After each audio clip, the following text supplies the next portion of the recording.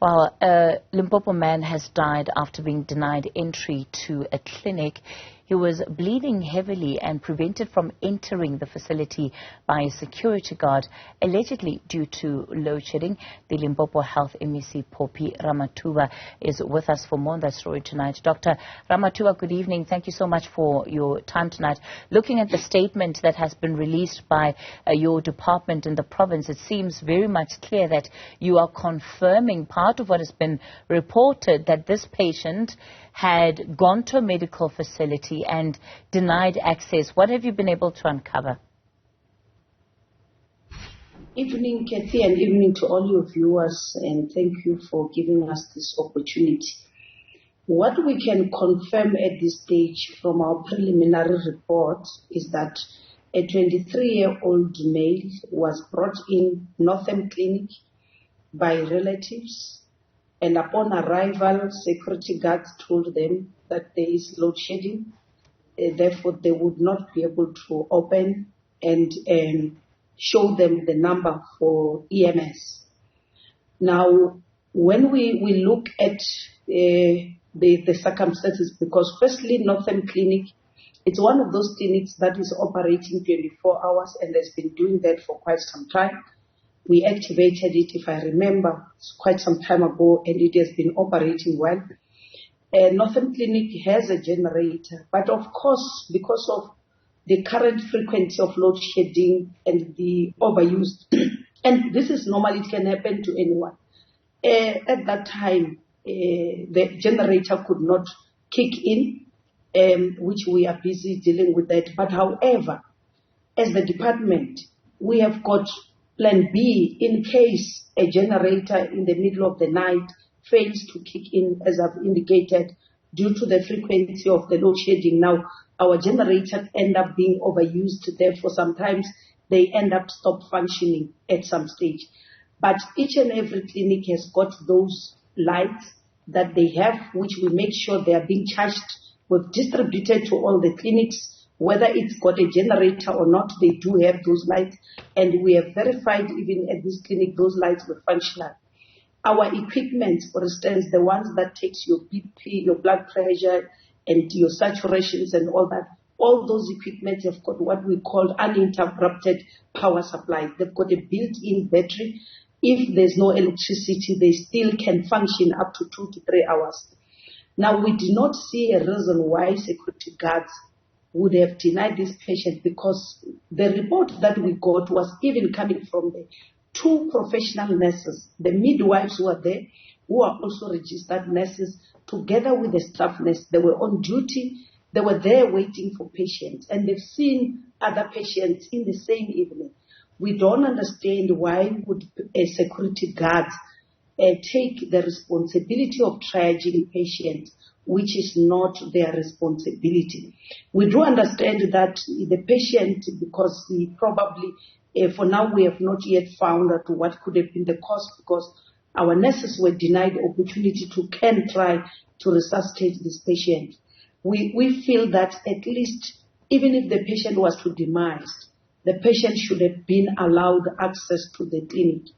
Kathy, I must say also, we are having serious challenges when it comes to security personnel, who then tend sometimes to take responsibilities which are not theirs. Yeah. When it happens in Sekukune, a clinic, when a woman ended up delivering at the clinic gate, it was because of security guards who said nurses gave them that instruction. We went on to Vleefontein Clinic. I went there. They said, nurses said during load shedding, don't open. And it was even around 17 hours, which during summer, there was still daylight, and they denied that. We met with all, because remember we've outsourced these security companies. We met with all the directors, and our message was very clear that any instruction, you can only take an instruction coming from the head of the department. But in this case, our nurses are confirming that they were there working. They were surprised when they hear that there is a patient who was denied access. So, Dr. Ramathuba, and I'm so glad that you brought up the examples of Sekukune and Vleefontein, because that's where I was really going next. We've seen this pattern of behavior over a long period of time, where clinics in particular that are operating in communities, whenever there's load shedding, are giving an excuse to patients for why they can't be treated. And this is behavior that they have been able to get away with over a sustained period of time. The unfortunate thing is that in this incident, it cost somebody a life, but there have been many other families who before today have raised concerns about the fact that they were turned away, even in an emergency, were turned away from clinics because of some or other reason. And you've been aware of this for some time. Has there been accountability, you believe, on the part of the department? Because it has been allowed to happen. Consequence management has occurred. We have, in certain instances, even up to dismissal of our employees, corrective measures have been put in place. But unfortunately, the type of public servants that we have, we still have a long way to go for them to start understanding that treat the patient like you would be treating yourself. It's unfortunate that we cannot change a heart of the security guards. As I'm saying to you, but what I'm saying to, sorry to come in there, MEC. What I'm saying to you is that it's convenient to lay the blame fully at the door of the security guards in this instance. But we all know that when it comes to what is happening in these facilities, it's not just the security guards that have a say. Often they're acting on instructions that have come from the inside. And so this idea that the nurses said, while they were on duty and ready to do their work, previous records of similar examples have actually told us otherwise. Where, Kathy, this is what I'm telling you, that where it was found that nurses gave such instruction, consequence management, I've just said to you, happened to that particular nurse who was responsible. And we did not end there. We further called, because unfortunately we don't control these employees of security. They are controlled by their own private companies. We call all of them. A clear instruction is there in writing that no security guard must take any oral instruction. We even gave them, all our clinics have got the cell numbers for the district executive managers. They've got numbers for area managers. They even have my number where I said to them, nobody must tell you to return a patient because you are not a health professional. You cannot assess whether this patient requires an ambulance, this one needs a hospital, this needs a clinic. If you are encountering such problem, call me. But guess what, Katie? We are not just blaming them. The only calls that I receive from security guards would be when they don't get paid by their security companies. I'm not saying they mustn't do that, but I'm saying from them I expect more calls about protecting the lives of innocent patients. This time around, I will not going to say we will protect the security because it's there in writing. They were told, they were given instructions in writing that anyone who tells you that don't allow patients in, tell them to do it in writing. Otherwise, so what are you going to be doing about it now, MEC, just as we get towards the end of the interview? It's very clear now, the company that is responsible, we have already started action. This is a company that must understand. Remember when we outsource security, we always tell them, these companies, that remember, when you start working for the Department of Health, you must not behave like you are working in a retail shop where your responsibility will be looking after shoplifting. Here you are dealing with lives of people.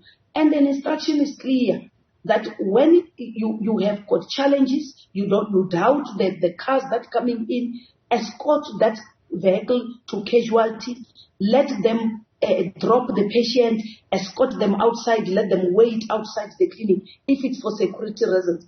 But this time around, the security guards just denied the patient access, and we can't sugarcoat that. What is the name of the company, MEC? What is the name of the company that this employee works for? I'm not even aware, I'm not even sure the name of the company, but what I know is that the head of the department, because I can't come and bring things that might end up in court.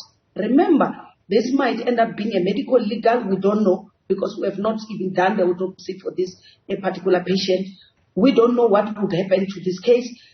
I would not want to deal with the other issues that are administrative. So what I'm trying to get to the bottom of, MEC, is to what extent are you then also holding these security companies accountable, right? Because you are saying their contracts are very clear. Our contracts with them are very clear. Where they are found wanting, if it means they must be able to, they will be taken in terms of their contract. So the head of the department is currently busy with that process throughout the whole day, even with the director of security. For the employees involved, it's for the security company to deal with them. But we deal with the company that is involved because it is their responsibility. Has this particular employee been suspended? The company has done its part. Remember, they are not our employees. The company has immediately withdrew them. They suspended them. They are dealing with that issue. I don't want to dwell with it. As I've indicated, that is another process, which is an administrative process. I'm here to clarify the political issues so that people must understand this is a clinic which runs 24 hours.